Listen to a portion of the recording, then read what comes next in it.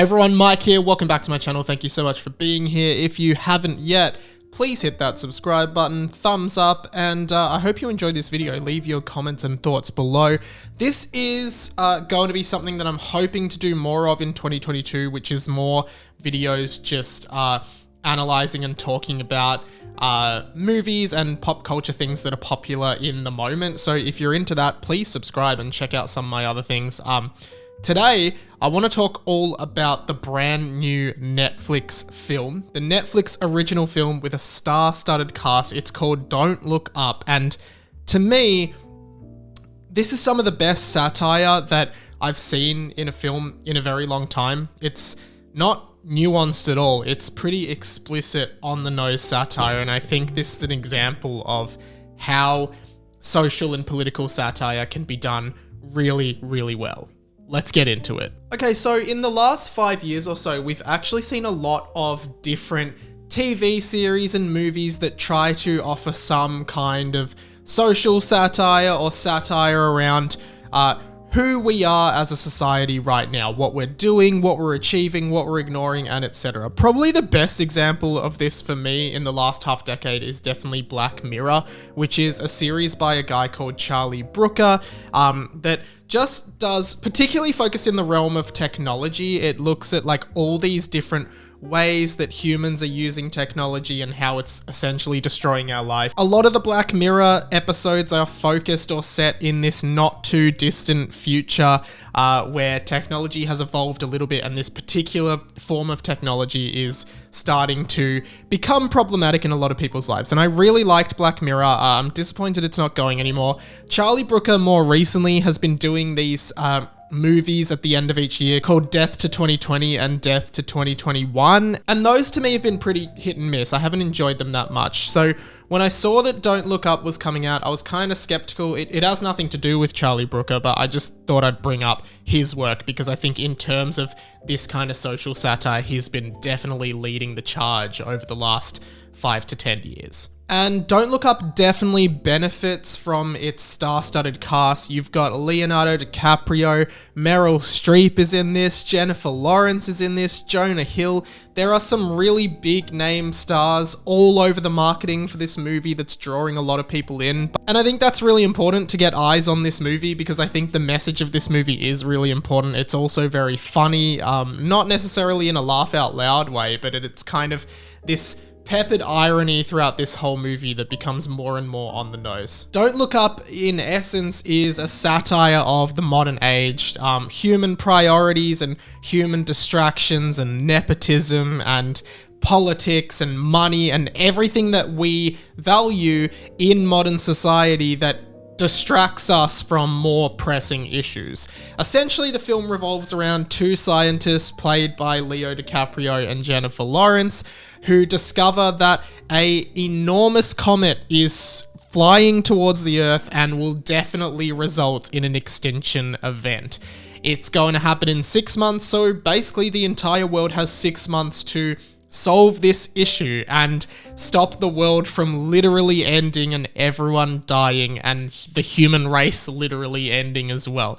It's pretty crazy, and you would think in a situation like this, people would act really fast and really smart. But of course, that's not the case when politics and economics and money and business becomes involved with this whole thing. The comet itself seems to be an allegory to climate change or global warming, which is obviously the big pressing issue of our generation. It is essentially a doomsday event for us. It's not going to happen in the next 6 months, but it might happen very, very soon if we are not smarter about how we manage and how we look after this planet. And I think the parallels to climate change are pretty blatant in this. There are a lot of real-world people who are climate deniers, and in this film there are people who are comet deniers. They don't believe that the comet is happening, or at least they don't believe it's as dangerous as people make it out to be. They don't believe it's going to end the world, and etc. There's a lot going on here in the satire realm to what's happening in real life. So as Leo and Jennifer Lawrence's characters discover the comet and try to inform the American government of this, they're put on hold, they're refused to be seen, they are delayed, and the president, who is played by Meryl Streep, is less concerned about the impending doom and more concerned about spinning this crisis into getting more votes and getting re-elected for a second term, which is actually insane when you think about it, that there's literally something that's going to destroy the entire planet, but you're more worried about the immediate reward of getting more votes and being re-elected as president. So you're more worried about spinning this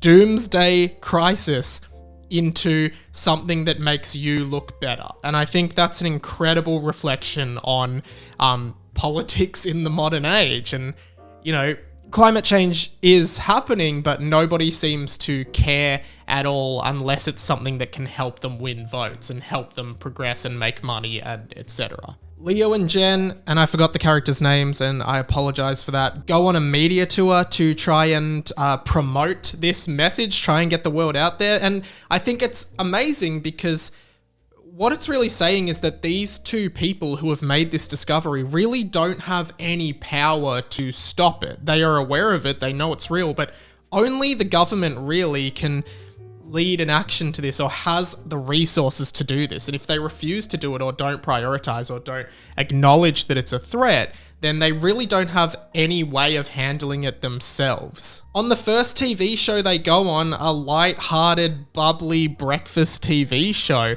they're told by the producers that science segments are really fun on their show and they're supposed to keep it light and fun and enjoyable for the viewers at home.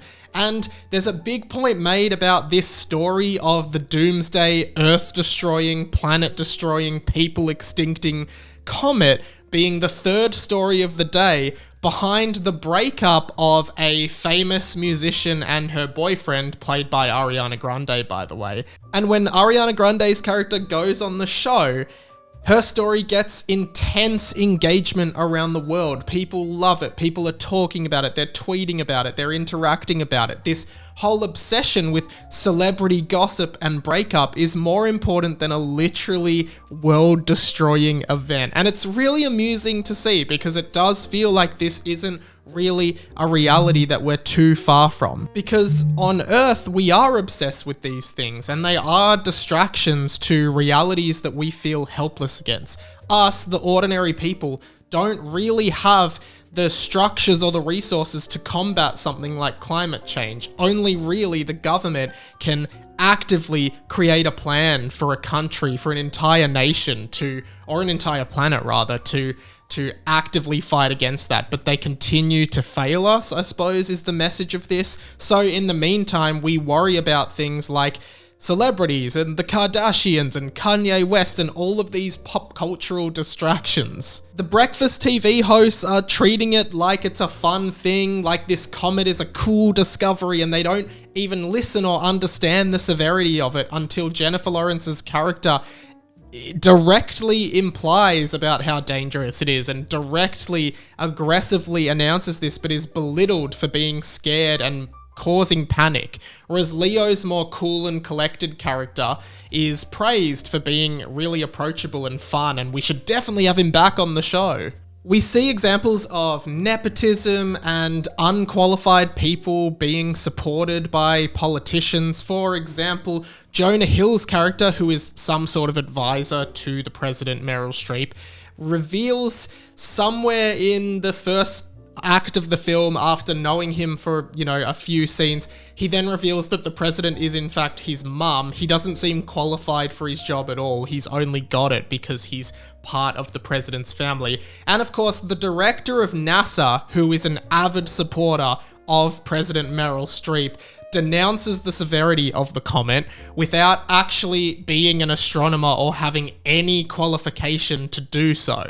Yet the government uses this person to discredit the actual scientists who have actually made this discovery and run the numbers. They have evidence, but using someone who's the director of NASA and supports the president to discredit this is just such an incredible satire of the real world. Of course, we have the tech company guy who is essentially a stand-in, probably for someone like Steve Jobs, but also the billionaire entrepreneur conglomerate type like Jeff Bezos or equivalent. In some of the more subdued satire in this film, he is creating or releasing the brand new phone from his companies, which I guess does make him the Apple stand-in, which is really taking technology to the next level with a phone that can read your every emotion and try to regulate that emotion if it's negative by presenting you with some kind of stimulus that tries to reverse your negative emotion. And what's really funny about this, one, is the fact that he, on stage while doing this, while giving this presentation of the new phone, the phone he's holding actually recognizes that he is sad inside,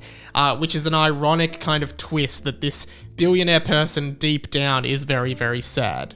And as the government approves a scientifically sound method of moving the comet from Earth's orbit, the billionaire tech guru calls it off right at the point of launch, which I guess shows how very wealthy people who have influence do have a lot of power over our society that we might not even know about or see. That behind the politics are billionaires and money makers who are really making all of the decisions, and the politicians are pandering to these people to please them. That's where true power is. Power is in money.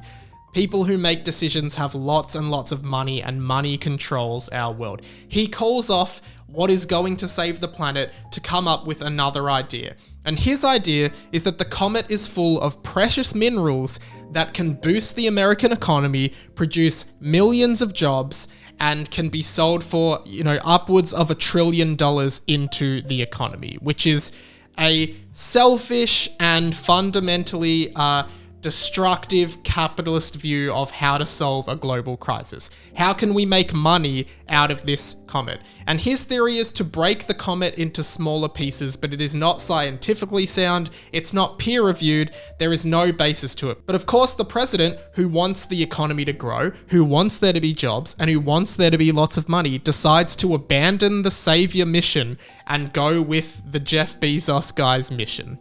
And when there is a promise of financial benefit to individuals and to the nation, everybody listens and is keen to go ahead with the plan. And this is where some of the best and most on-the-nose satire comes in, because the president launches a campaign, Don't Look Up, the movie's namesake. You can see the comet in the sky hurtling towards Earth, but the president says, don't look up and don't live in fear. On the other side, the good guy team launches the Just Look Up campaign, led by a song from Ariana Grande's character that is some of the most not nuanced and on-the-nose satire I've ever heard, which literally has lines like, get your head out of your ass, we're all going to die. It really feels like, at this point, it is a wink to the camera from all of the good characters in the film who are concerned about crises in the movie and real-life crises like global warming. It's hard not to laugh at this song. It's very well-written satire that totally undermines the inaction of governments and people around the world towards something like climate change.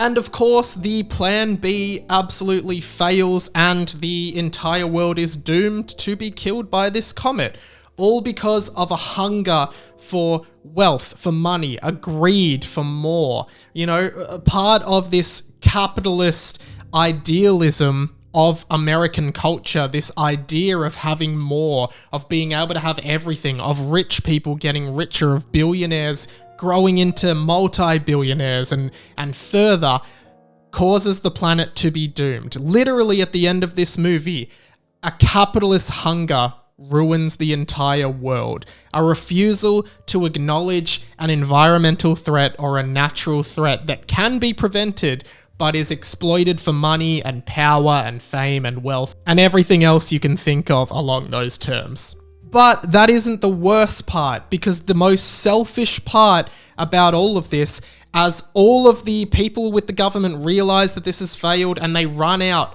to go and see their families, to spend time with their families before they die, the president and the rich billionaire guy both get into an escape pod that they would have known about well in advance and escape in suspended animation into a rover that is searching for the next or the nearest Earth-like planet.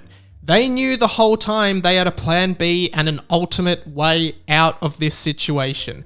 They knew they could get out. They knew that they didn't have to be on Earth. They knew that they could potentially survive, that they had a way out, unlike all the other commoners, the poor people, the middle-class people who don't have these power structures to lean on or rely on. The president even leaves her son behind, not caring about him or thinking about him at all. She gets on this escape pod and leaves the Earth to increase her chances of survival. It is the epitome of selfishness, of arrogance, and it totally pisses me off that I kind of feel like this would happen in real life. I kind of feel like the President of the United States of America would have some way out in a situation like this and wouldn't care about anything else. And I do feel like wealthy people would be the first ones to escape the Earth if this did happen in the future. They would be the ones getting out of the planet, protecting themselves,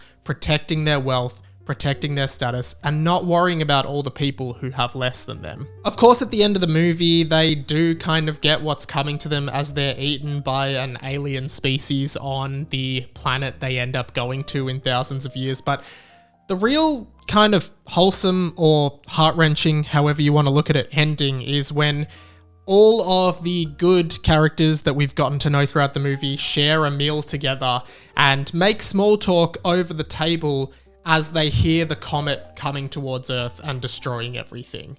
And I think this is a really profound scene, particularly because Leo DiCaprio's character was in fact offered a spot on that escape pod but refused to take it up in order to spend his last moments with his family and the people that he cared about most. And I think overall, Don't Look Up is, as I said at the top of this video, some of the best satire I've seen in a movie in a very, very long time. I think it's a really strong and pretty critical view of the kinds of people that we're becoming. Totally engrossed by our own distractions and celebrity culture and completely ignoring important things like a literal apocalyptic change in climate that is happening. And it kind of puts into question, how do we resolve that? How do we fix it? What do we do? If we can't get a government to act or to act well, like, how helpless are we really? And what power do the wealthy billionaires behind the scenes have over us as individuals that we don't even see? I really liked Don't Look Up. I thought it was awesome. If you want to see short written movie reviews, follow me over on Letterboxd. Otherwise, follow all of my socials. As well as that, I'll be putting audio versions of these video kind of essays over on the Lovable Nerd podcast feed. This is a new podcast feed I've created just to put more YouTube content in MP3 form and just pop culture stuff that doesn't fit in my normal regular podcast, 20th Century Boy. So I'd love for you to check that out and give that a subscribe, a listen, and a rate and a review. Subscribe to my channel, thumbs up, and let me know what you thought in the comments of Don't Look Up. Recommend something else you'd want me to talk about. My name's been Radio Mike, and I'll catch you later.